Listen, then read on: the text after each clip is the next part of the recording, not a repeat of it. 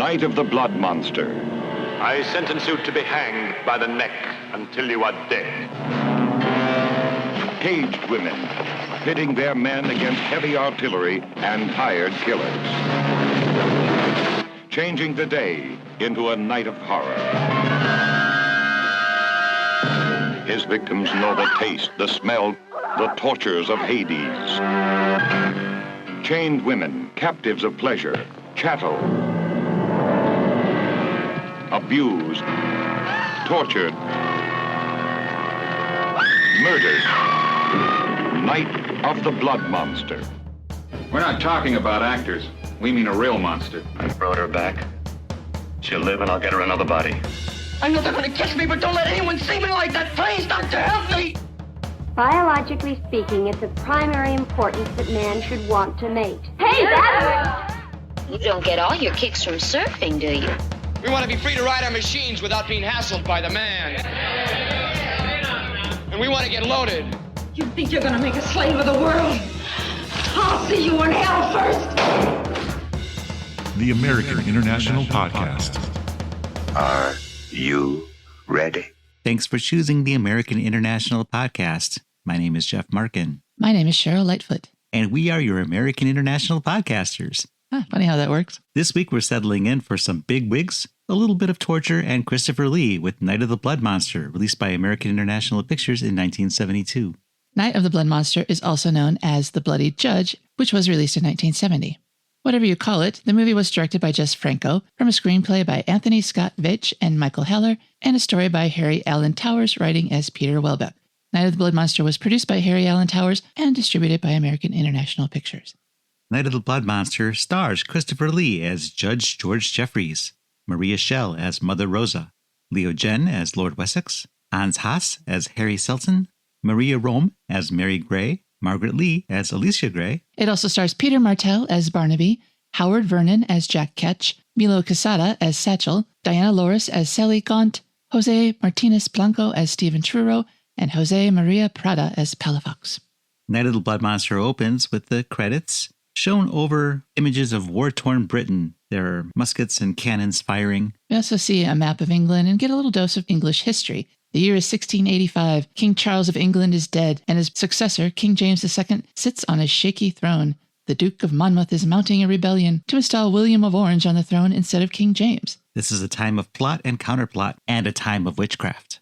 And it's based on actual historical events, minus the witchcraft trials, which I couldn't find evidence that they actually happened, not from Judge George Jeffries. But it is with Judge Jeffries that this movie concerns itself. Once we're through the credits and the opening narration, we're in a forest, and there are girls chanting and dancing around in a circle, while a man talks to his chicken. As they dance around, they're pushing straight pins into an effigy of Lord High Judge Jeffries. Then a male witch promises to destroy the judge. Not too far away, there's a blind woman living in a cave, and she could hear the sounds of this celebration, as it were, from her home. This is one of the most pointless characters in any movie ever. Cut to a man named Capel, who sees his girlfriend Alicia dancing among the witches. They run off for an assignation in the fields. Meanwhile, the singing and celebration continues, but it's soon interrupted by soldiers from the king's army. The women scatter, leaving the effigy dangling behind them. Out in the field, Capel and Alicia try to flee as well, but the soldiers catch up to them. They are seeking to arrest Capel in the name of King James, but when Capel insults Inquisitor Matt, the head officer, Matt runs him through with his sword. Alicia is stunned, but she still tries to run, and she herself is captured. Well, they stun her with the broadside of the sword. And now court is in session. There's a gaggle of gawpers peering through a window from the street. Christopher Lee, wearing a long white wig, as Justice Lord Jeffries takes his position at the front of the courtroom. I thought he was Lord High Justice Lord Jeffries. I'm pretty sure they said Lord twice. They did. And we'll probably be calling him Judge Jeffries or Judge. He's got so many names to choose from. He's also the Chancellor of something or other.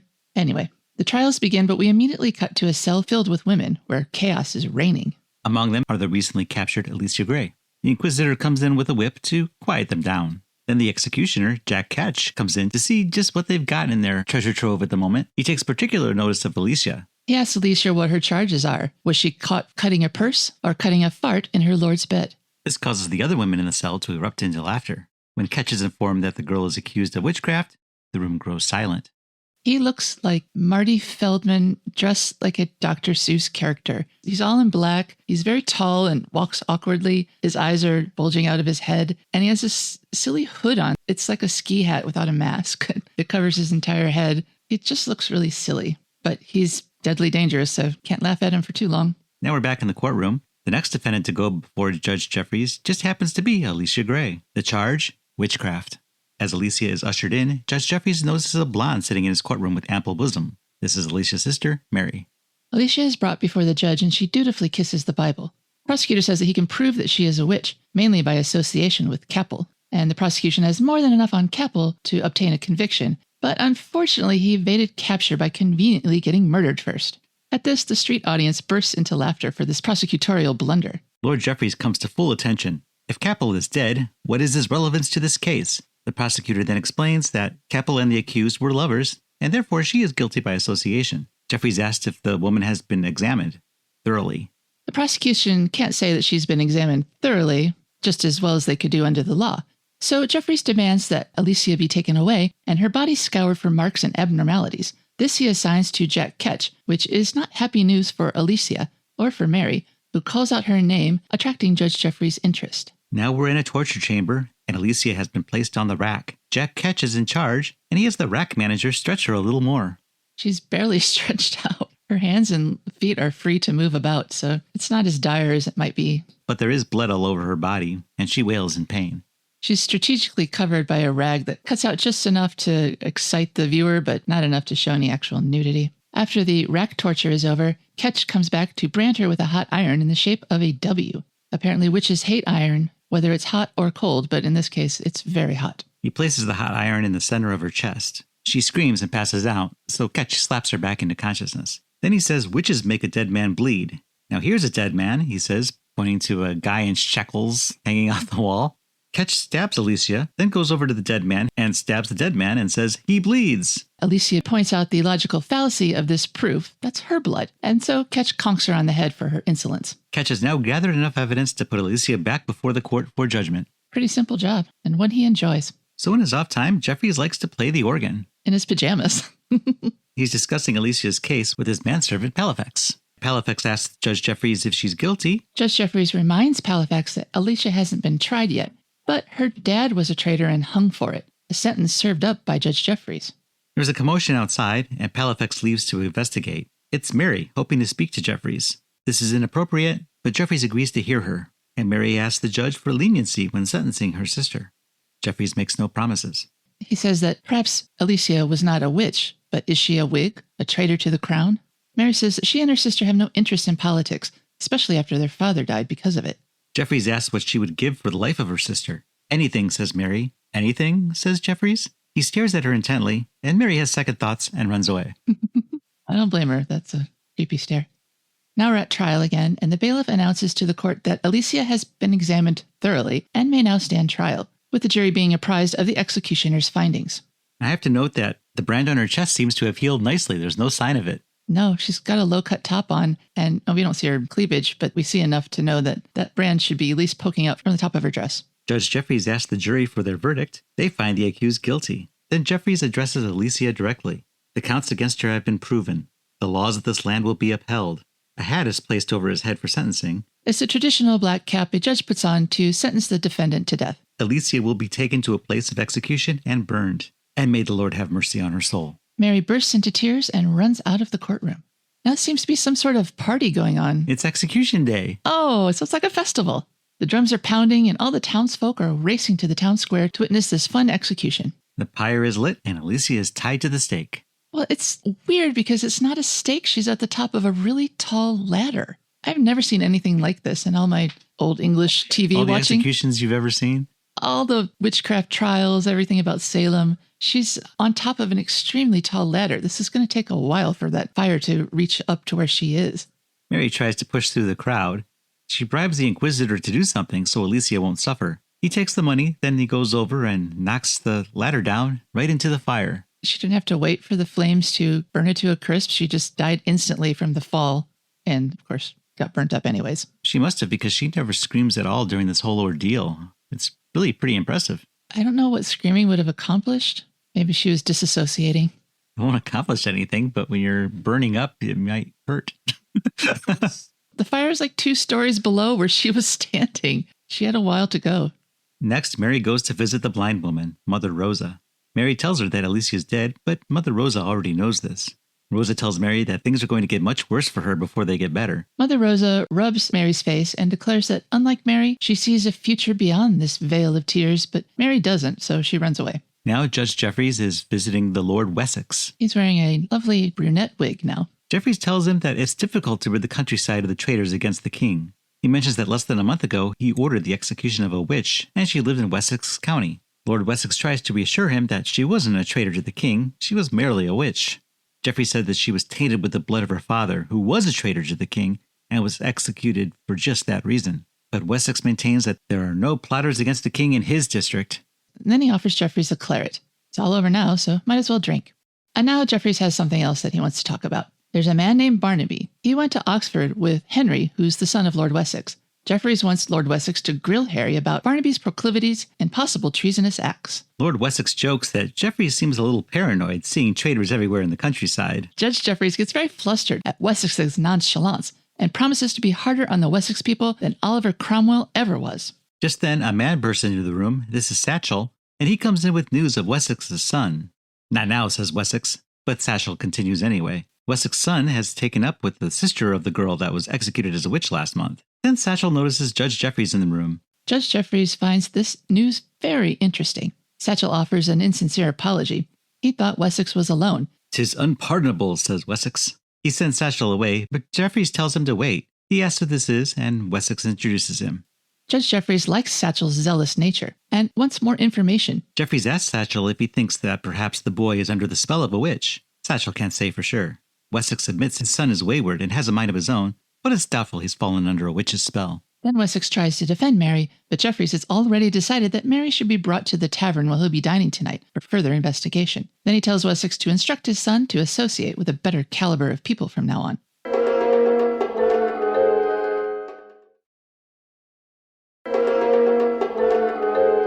Now we meet Harry Selton, the son of the Lord of Wessex, and he is with Mary in a barn. They're rolling around in the hay, and Harry tells her of his plan to leave this country. He knows a guy who can get him out to the New World. This will all happen tomorrow. Tonight he's going to visit his friend Barnaby to sort out the travel arrangements. And a little later he does just that. Harry meets with his friend Barnaby. He's eager to tell Barnaby about the girl he's going to marry, but Barnaby has more important things to discuss. Barnaby shuts down the wedding talk to report that the Duke of Monmouth is landing tonight with an invading army. This will surely mess up those travel plans. Then Harry returns home and is speaking with his father. Lord Wessex tells him that Judge Jeffries has been there, sniffing around, having heard of potential treason, and that he sniffed out Harry's wench as a witch. Harry tells his father that he loves her and he's going to take her away from there, but Lord Wessex tells Harry that she's gone, that she's been taken to Judge Jeffries, who's staying at the Bell. Harry storms off, and Lord Wessex tells him to be careful. At the Bell, the tavern, Jeffries is dining alone, as the tavern is completely empty. Well, he's at the only table. It might be a private dining room. I don't know. Someone comes into the room, and Jeffrey asks if the girl is there yet. The man reports that she's not, but there was an urgent message. The Duke of Monmouth has landed in force. Jeffries asks that his carriage be ready in 10 minutes. He must return to his own county. He says to inform the innkeeper that the girl he is expecting can be watched over by Satchel until Jeffries can get around to her. Then he throws the message into the fireplace. Mary actually hasn't been captured yet. Mary meets with Satchel, who tells her that she's to ride with him to see Harry. Mary is suspicious, but he allays her fears, and she gets on his horse. They ride off. They arrive at the Bell, and Satchel takes her upstairs. Mary walks over to the fire, and Satchel calls the innkeeper. Satchel and the innkeeper exchange whispers. Then Satchel closes the door. Satchel tries to ply her with liquor and brags about how he's such a nice guy. Mary asks if he'll be nice enough to let her go home, and then he jumps her. She wiggles away, but he catches her again and throws her onto the floor, next to the fireplace. She pushes him off her again, and Satchel's face ends up in the fire. Yeah, I don't know if it was the grate of the fire or just actual flames, but she gets him good. As she gets up to run again, Harry bursts into the room to rescue her, and he takes her away. And now we cut back to the Jeffries estate. He's standing by his fountain reading when Halifax arrives to update Jeffries on the Duke of Monmouth's progress. The Duke is doing quite well, winning many skirmishes. Jeffrey tries to downplay this, but Halifax says that Monmouth's army is 10,000 strong. Jeffrey says that the king's army is more than a match for the Duke's. Now we're on the battlefield, and we see soldiers lined up on horseback with cannons waiting to defend their land and their king.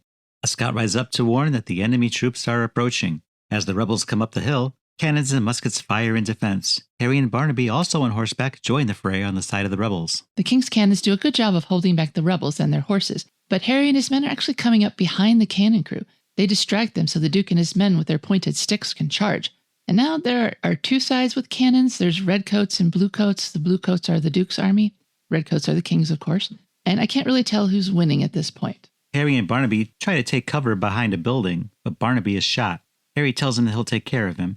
And next we see Harry taking Barnaby to a barn where Mary is hiding out. It's the same barn where they were fooling around in an earlier scene. He asks Mary to look after Barnaby while he goes for help. He leaves, and Mary tries to tend to Barnaby, promising that Harry is going to bring help.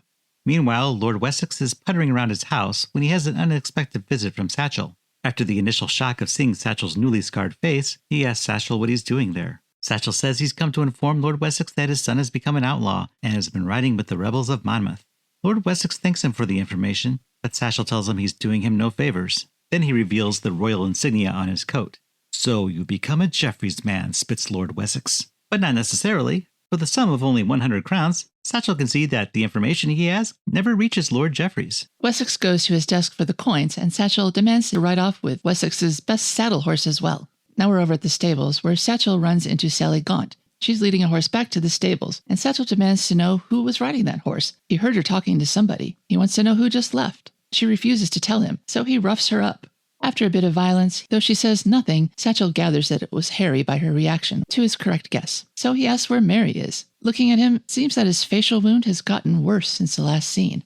Sally won't tell him anything, so he hauls her up off the floor and drags her away.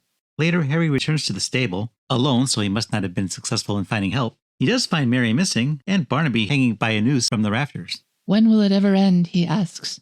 As he's walking out of the barn, he finds Mary's necklace on the ground. And now there's a little torture montage, but it turns out this is just Judge Jeffries' nightmare. He's dreaming of the torture of those he's condemned. When he wakes, he summons Halifax. He's got a fever for retaliatory justice and demands ropes for all traitors in the prisons. He asks Halifax where Ketch is. Halifax says Ketch is at the prison waiting for the women rebels. In the darkness, a line of weeping women, including Mary, are being brought through the forest. As they go by Mother Rosa's, Satchel calls out to her. Rosa warns Satchel that he's walking to his tomb. Satchel laughs and says that one day he'll cut out her tongue. "You cut out my tongue," says Rosa, "I'll cut out yours." Then Harry arrives at Mother Rosa's cave, and after she pets his face, she realizes it's Master Harry, who she remembers from his boyhood visits. Only now he has a beard. Harry is there for the info on the women prisoners. Mother Rosa knows and tells all. There are two guards with the women. Satchel is there too, and she warns him about the devil in red. Then Harry leaves. Harry rallies a force of men whose women have been taken for a rescue mission.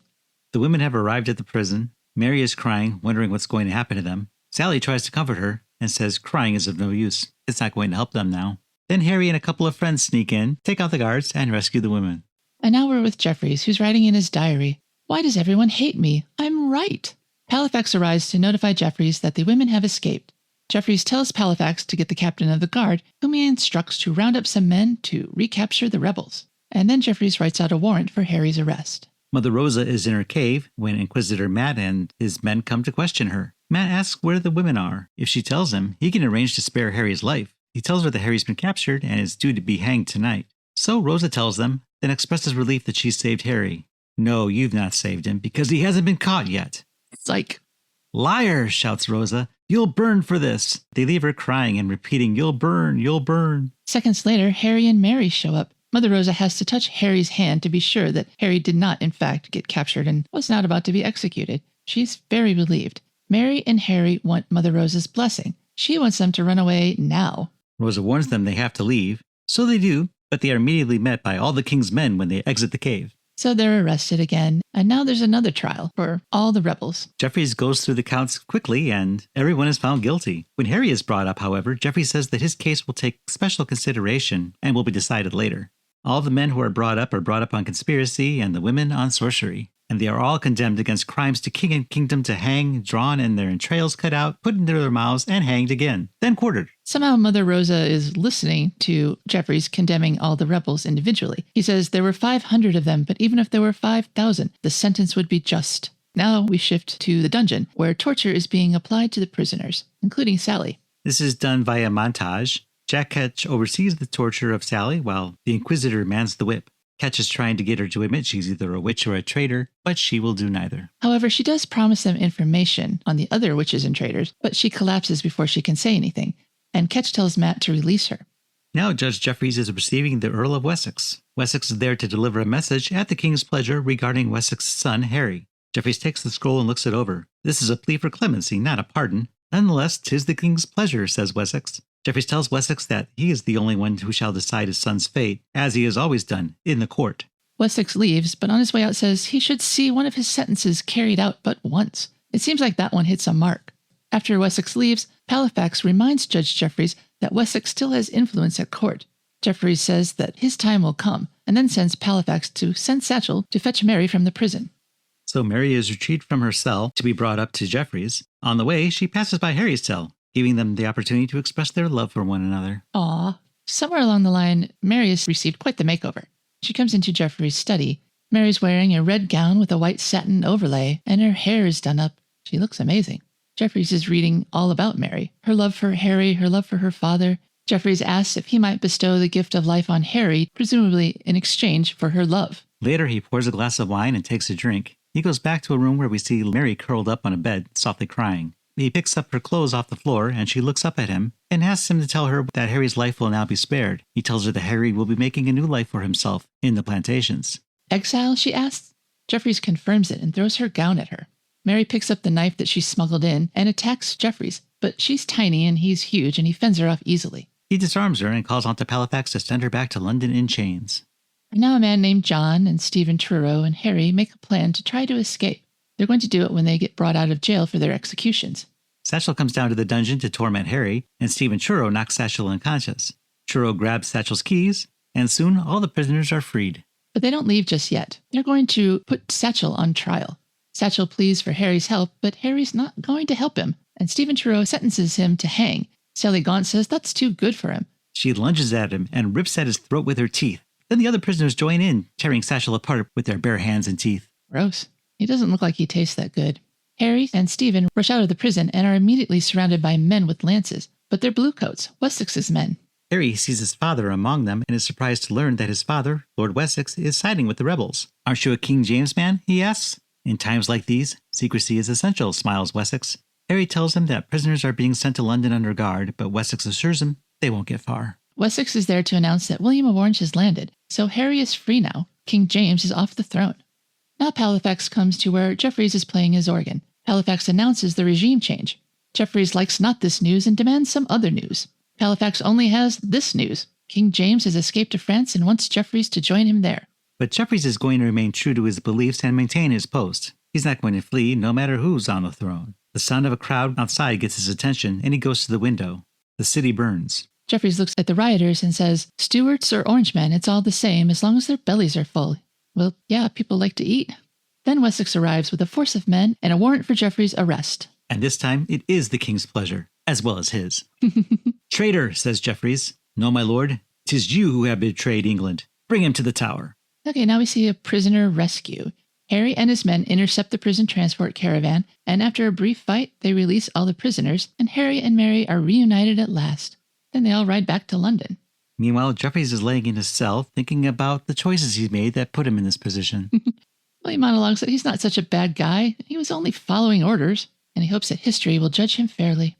From the window in his cell, he has a nice view of the execution area. He watches as a man is hung, drawn, and clumsily quartered. They're just sort of hacking at his innards. Jeffries turns away and grabs his chest and falls into the bed, gasping for air. Wessex comes in, and Jeffries says that what he saw was a nightmare. He never knew what he was sentencing people to, I guess. Wessex pulls down the dead man's eyes, and the credits roll.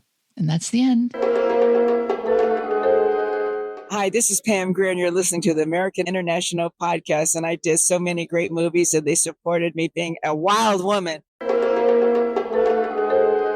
You are listening to the American International Podcast, and we're discussing Night of the Blood Monster from 1972. Night of the Blood Monster, or the Bloody Judge, is based on the life of Lord Chief Justice George Jeffries, a real historical figure who died in the Tower of London in 1702 at the age of 43. Jeffries was known as the Hanging Judge, who presided over the Bloody Assizes, a series of trials that followed a rebellion by men who wished to depose King James II, Around 165 rebels were executed, and 800 were given in slavery to the king's courtiers. Numbers may not be accurate. This is a few hundred years ago, and I found many different accounts. When the English Parliament engineered William of Orange's takeover of the throne, Jeffries was captured and condemned to the Tower, where he died. One particularly bloody act associated with Jeffries was the sentencing of Alice Lisle, who was not part of the rebellion, but who sheltered some members of the rebel army before their trials. She was executed by beheading, though her original sentence was to be burned at the stake. I included that note just because it's the closest thing I could find to what happens in this movie. There's Alice, Alicia, rebels, and possible burning at the stake. According to Harry Alan Towers' biographer Dave Mann, the collaborations between Jess Franco and Harry Alan Towers were difficult. Franco said that Towers liked doing co-productions, and this film was an Anglo-American, German, Spanish, French, Italian collaboration. Franco said each country wanted a different type of film. Thus, the film was at first a horror movie with a historical backdrop, then more of a historical film with a background of Inquisition, then primarily about the Inquisition, and also an erotic film. This explains why there are several different versions of The Bloody Judge, or Night of the Blood Monster, available, and at least 3 different endings to the film. One version has Jeffries hanged, then taken down and beheaded, while another has him watching a hanging from a window while a narrator reads his death sentence. There is also a third ending, in which Jeffries makes a confession to Harry's father, the Earl of Wessex, before suffering a fatal heart attack. Dennis Price was originally cast as Lord Wessex, but withdrew at the last moment and was replaced by Leo Genn. However, a few posters and some advertising material from the time credit Price as appearing in the movie. Franco used the character of Lord Jeffries again, this time played by Sahangar Ghaffari, aka John Foster, in his 1972 Les Démons. According to an article published by John Knott in the Memphis Commercial Appeal newspaper in June of 1972, the heads of AIP sent a memo to directors and producers telling them to make only G and PG rated films from now on. Knott tallied the ratings of upcoming films and found that the filmmakers had mostly complied with 4 upcoming R-rated movies, including Boxcar Bertha, and 8 films rated G or PG due out soon. Night of the Blood Monster fell in the G or PG rated category, along with Dr. Jekyll and Sister Hyde, Spider-Woman, Dillinger, and Camille. Whether they came out or not, that's what the article said. The Bloody Judge was first released in Italy on February 5, 1970. It was released in June of that year in West Germany, and in April of 1972, it was released in Spain. American International Pictures retitled the film Night of the Blood Monster and released it in May of 1972, pairing it with Blood from the Mummy's Tomb. Some theaters added a third AIP feature to the bill, Triple the Terror, Thrice the Dread. The third feature was often The Abominable Dr. Phibes, The Mask of the Red Death, Count Yorga Vampire, or Queen of Blood, but there were some others. Taglines for Night of the Blood Monster include, "Horror will hold you helpless." "Gore drips from the moon on Night of the Blood Monster." And for the double feature, they used, "Two hideous tales of torture. A severed hand beckons from an open grave as the bloodiest butchers in history turn the screen into a slaughterhouse." There was no gore dripping from the moon. Who are they trying to kid? Contemporary reviews for Night of the Blood Monster or The Bloody Judge were very hard to come by. In fact, I didn't find any. The following reviews are mostly of the DVD or Blu-ray release of the film. Glenn Erickson, in his DVD Savant blog, wrote, "By 1970, the Jess Franco-Harry Alan Towers collaboration was well established, and relaxed censorship was conducive to the marketing of their sexy horror films and perverse art pictures. This costume picture, again not a horror film per se, is lavish and cheap at the same time, with okay costumes and locations betrayed by cut-price direction and a script tailored for speed and economy. Night of the Blood Monster dispenses with any logic for Judge Jeffries' cruelty beyond patriotic malice. Christopher Lee is given little screen time to do anything but threaten other cast members and blackmail Maria Rohm into bed. The power-mad Jeffries is not even a sadist. He never witnesses the torture he mandates." In the Every 70s Movie blog, Peter Hansen writes, "The Bloody Judge offers a fairly serious look at a grim chapter in history, even if the project seems as if it was designed to piggyback on the notoriety of the Vincent Price picture Witchfinder General.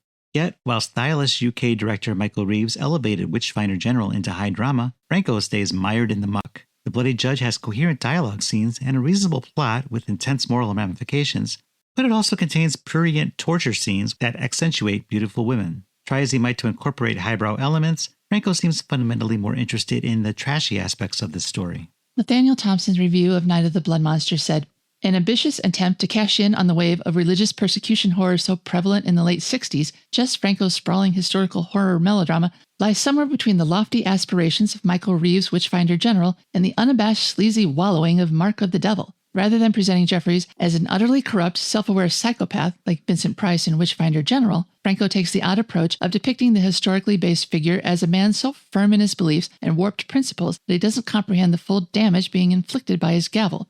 Unfortunately, this treatment also makes him a less menacing and compelling figure, despite Lee's usual commanding performance, mostly confined to sitting behind benches and desks. The Bloody Judge also bears a resemblance at times to another Franco Towers production, Justine, by playing like a costume melodrama punctuated with an odd, nasty torture scene that seems to have strayed in from a different movie. Bud Wilkins, in Slant Magazine's review of the 4K Blu-ray release of Night of the Blood Monster, wrote, "For long stretches, The Bloody Judge seems to forget about its more exploitative elements, settling in as a rousing historical epic, chock full of political intrigue and blustery speeches. These portentous showdowns give Lee and co-star Leo Genn ample opportunity to show off their chops. Franco even had access to a large enough budget to stage a couple of pretty impressively mounted battle sequences. The Bloody Judge is perhaps most notable for how conventional it is, albeit quite enjoyably so.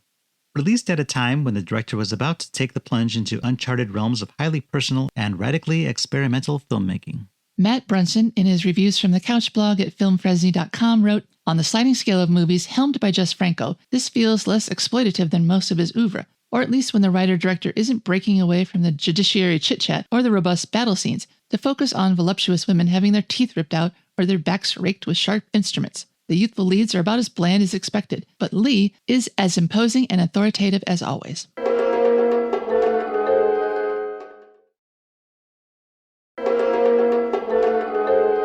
The original version of Night of the Blood Monster released by American International had a runtime of 82 minutes. The reviews that we read were referencing the recently released Blue Underground 4K Blu-ray, which has a runtime of 103 minutes. We tracked down a 91-minute version that we did for our recap, but we have no idea if the cuts made reflected those that were in the AIP print or not because we didn't have that available to us. Now, despite the fact that everywhere it's playing listed as 124, no one is playing that version. You might be able to track it down somewhere, but we could not. But having watched both versions, the things that were missing from the version that we watched were the more exploitative scenes of torture and nudity. Even the scenes that they kept in were clothed for the shorter version. Like they shot it twice, once where they're naked in the straw pile and once where they're dressed in the straw pile. And the only exception being when Mary is put in that gown, we actually see her being dressed for her visit to Lord Jeffries. And armed. And armed. She's given that knife that she wields later. Yeah, that probably would have been a good scene to keep in because it's sort of abrupt. She goes from her scraggly prison outfit to dressed like Marie Antoinette, just like that.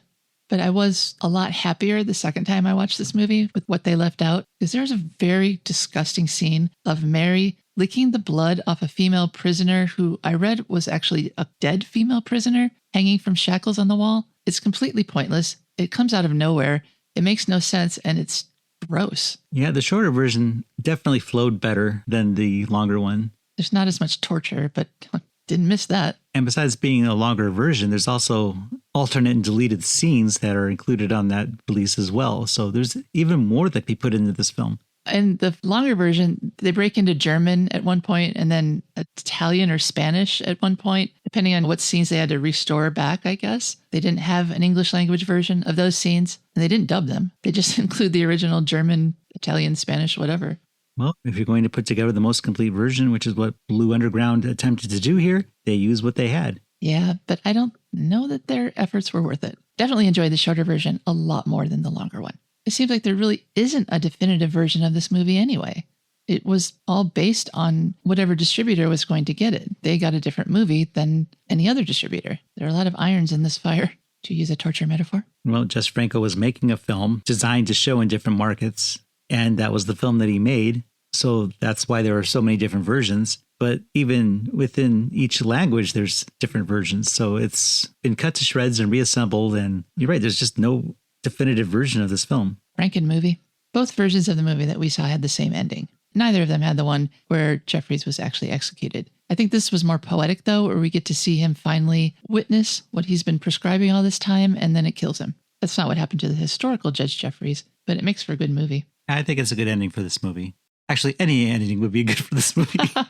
I actually kind of enjoyed it, the way it was zipping along, the shorter version. Well, even the longer version, I enjoyed maybe the first 15, 20 minutes, and then it just started to get bogged down in itself. But when they were just doing the courtroom scenes in the beginning, and I was with it for a while there. But yeah, the shorter version just definitely, it's easier to understand what's going on because you're not distracted by the excessive exploitative elements. No, and then you get to enjoy a historical drama told from the perspective of everyday men and women. It's not just about kings and earls. It's about people who are basically peasants who have to suffer under the different regimes and who's in charge and what they want. They didn't really mention the religious differences in the two kings either, King James II and William of Orange. So there's a lot of civil war going on in England around this time.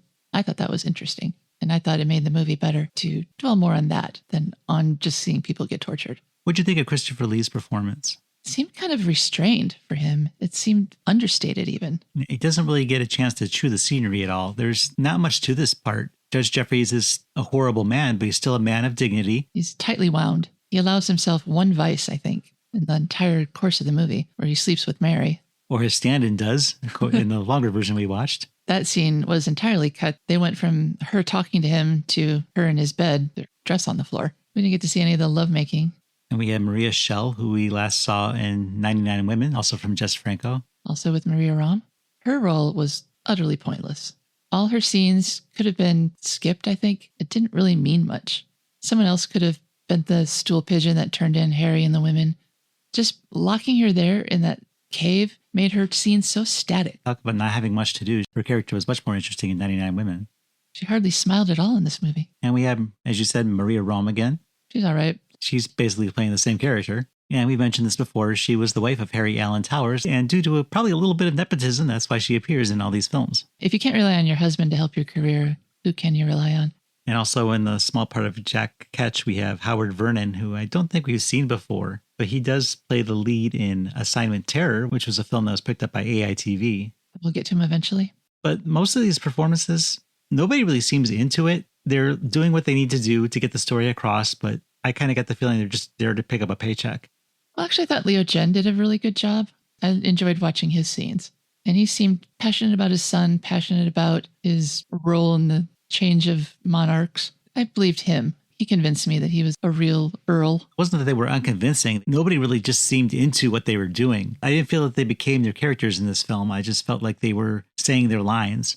It seemed like Jack Ketch was extremely into torturing people. It wasn't just a job to him. It was an avocation. But I take your point. It was pretty rote. And Christopher Lee was, like I said, he was really restrained. He wasn't allowed to be the full evil, bloody judge that he should have been. The only good reads for him were voiceovers. You're right. That probably could be blamed on the script too. But these are pretty good actors. We want to see them do stuff. We don't want to just see them stand around and talk. This isn't a procedural. I mean, it is, but it shouldn't be. I mean, it's a war movie. Well, we had war. There were fight scenes. And some of them were really clumsily staged, like at the end where they were rescuing all the other rebels. It was banging swords together for a little while and then it was over. It wasn't really engaging at all. But the other battle scene I thought was a lot more interesting with lots of cannon fire, people getting stabbed. Yeah, all that. It made the production seem really big, particularly in the exteriors in those battle sequences. The interiors can go either way. When Christopher Lee is sitting alone in the Bell, eating at that table in this huge room, there's all this open space, and that looks a little weird. Yeah, like did he pay for everyone else to leave so he could have it to himself? Take the tables with him? Well, yeah. But Lord Wessex home looked like a home. It looked lived in. Well, we only ever saw the drawing room and his study. Didn't really see the bedrooms, or all the bedroom stuff happened in the barn. The courtroom looked like a courtroom, that's a given, but Judge Jeffries' home was always a lot like the Bell. It was like one piece of furniture and a lot of open space. Yeah, one desk. One organ. In a huge room. Well, organs are big. They take up a lot of room, and then for the acoustics, you got to leave that room empty. It was kind of a static movie. I didn't really think about that while I was watching it, though. I was interested in the historical background, more than how it affected the characters in the film. Oh, and you are kind of an Anglophile when it comes to British history, right? Definitely. I must have 20 books on English history, at least, that I have read. So you probably had a huge advantage in watching this over me and figuring out what was going on. Well, this is one of the less interesting periods in English history as far as I'm concerned. So I knew a bit, but I also didn't know a lot. I looked it up. I wanted to talk about the title that AIP chose. Night of the Blood Monster has to be the worst redubbing of any movie in the AIP catalog. Why would they call it that? And the ads for it show this demonic creature, and one that says gore drips from the moon. He's holding a giant orb over his head. What was that about? Where did they come up with that? Night of the Blood Monster was a second feature after Blood from the Mummy's Tomb, so maybe they were just hoping you'd forget what brought you to the theater by the time you got to that film. But people would have been so surprised that this was the story. The Bloody Judge makes so much more sense. It may sound more boring than Night of the Blood Monster. It does. There's no monster. There's not a blood monster. Judge Jeffries doesn't perform the torture, but he's the monster, I guess. So it's not truth in advertising. Big bait and switch. I don't know, maybe if I could have found some contemporary reviews, that complaint might have been more evident. I think AIP was doing what they felt was necessary because it would probably be hard to get people to go to the theater to see an historical drama in 1972, even an exploitative one. And they cut out all the exploitative elements, so there wouldn't be much to draw people in. So they messed with the title and the poster, and I don't know, do you think it worked? Did people go? I couldn't tell if it was successful or not, and I think that most people who did go were probably going to see Blood from the Mummy's Tomb rather than this movie. But I dispute that historical pictures weren't big. I think because AIP released Wuthering Heights, which wasn't history, but it was a period drama. And a few years later, the movie Barry Lyndon was a pretty big deal. And that was 1975. So maybe it hadn't happened yet, but I think there still would have been a market for this. But it doesn't match the other feature at all. Oh, no, it doesn't. Even with the word blood in the title, The Bloody Judge is a totally different vibe than Blood from the Mummy's Tomb. No, the only thing you really have is Christopher Lee, who you associate with Hammer. That's probably my biggest complaint, though. This movie should have had a monster. That's the title they were going to give it. So, Cheryl, how are you going to rate Night of the Blood Monster? Using our AIP scale, where A is awesome, I is intermediate, and P is pathetic. I think I have to go straight up the middle on this one. If I was rating the longer version, which we watched first, I would probably give it a P, just because there's so much in that movie that drags it down and makes it disgusting, prurient, exploitative, and the story gets lost in all that. So the shorter version, I think, is much better. I don't think it's a great movie. It's not up there with your classic Hammer movies. It's not up there with your classic early 70s horror movies, but it is definitely watchable and worthy of that middle grade of I. What do you think? I'm right there with you. I think that The Bloody Judge is a more appropriate title for obvious reasons. And I also found the shorter cut to be a much better film, but still not great, but interesting. I was interested in the story once we cut out all the stuff that was slowing it down. And I'm going to give it an I as well. I for an I. If you'd like to argue with us about our ratings of The Bloody Judge, aka Night of the Blood Monster, go to our website, aippod.com. There you can find out more about the movies that we've covered, look at posters, lobby cards, watch trailers, find the other episodes of the American International Podcast, which have all the other movies we've covered so far. We have a contact form, and we have a request out for movies that we're trying to locate so that we have the entire AIP catalog. Perhaps you can help us with that. And we have a store. If you buy some of our merch, it helps us keep the podcast rolling. That's aippod.com. So the verdict is in, and we find Night of the Blood Monster to be guilty of being a so-so movie. For the American International Podcast, I'm Jeff Markin. I'm Cheryl Lightfoot. And we'll meet you at the drive-in. Follow the American International Podcast on Instagram and Letterboxd at AIP_pod and on Facebook at facebook.com/American International Podcast. The American International Podcast is produced and edited by Jeff Markin. A man whose mind is distorted by hatred. And Cheryl Lightfoot. A girl hungry for too many things.